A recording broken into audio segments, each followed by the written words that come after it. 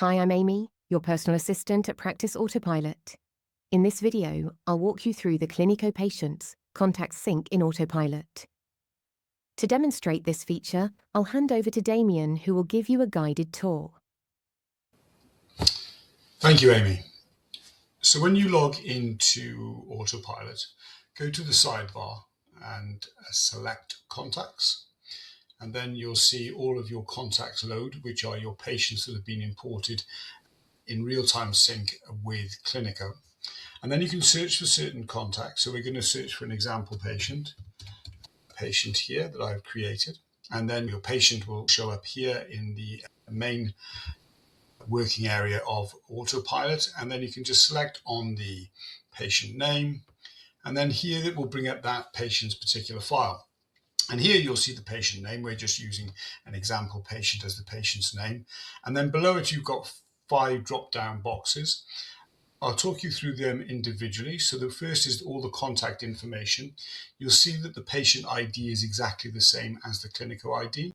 And this is what creates the perfect sync between Cliniko and Autopilot. And then obviously information, their first and last name, date of birth, email address, telephone number, street address. And what is very important is it brings through the medical alerts that you put into Cliniko that then appear in Autopilot, because it's the medical alerts that essentially tells Autopilot what to do with regards to recalls, reactivations, sending out marketing campaigns. It is the trigger that fires certain workflows in Autopilot. So it's very important that you keep an eye on what medical alerts are coming through, because that's really what's triggering all your marketing and following up in Autopilot.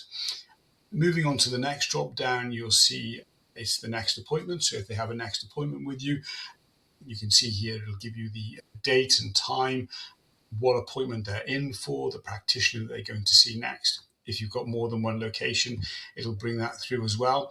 And you'll notice here it says appointment arrived, and it has a prefix of true, because unless somebody cancels or DNAs, it'll keep that appointment live in Autopilot. And then if somebody does cancel, rearrange, or DNAs, it'll trigger different workflows to reactivate those patients to come back into your clinic.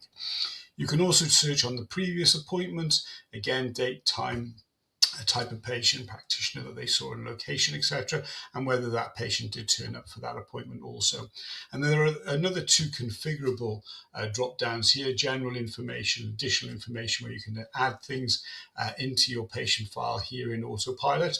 You also will notice that there is a middle section here. This is the communication section with the patients, and you can see here that there is a communication that went out automatically requesting a Google review. And this is why so many Autopilot users get so many Google reviews, because when somebody finishes their appointment with you, and as long as they've not reviewed you or been requested a review before, it will automatically send out a request for a Google review. And that could be a Facebook review, Trustpilot review, or whatever you want to configure in your Autopilot account.